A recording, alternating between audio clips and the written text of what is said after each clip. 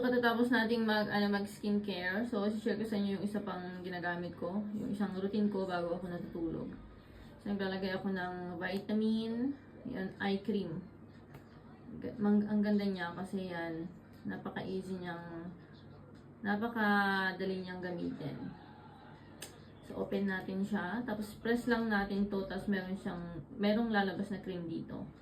Yan, press natin, and yan, di ba may cream. Tapos, massage lang natin ito sa yung baba ng ating mata.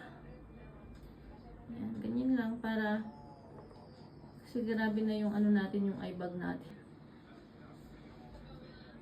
Gagawin na, napakadaling gamitin.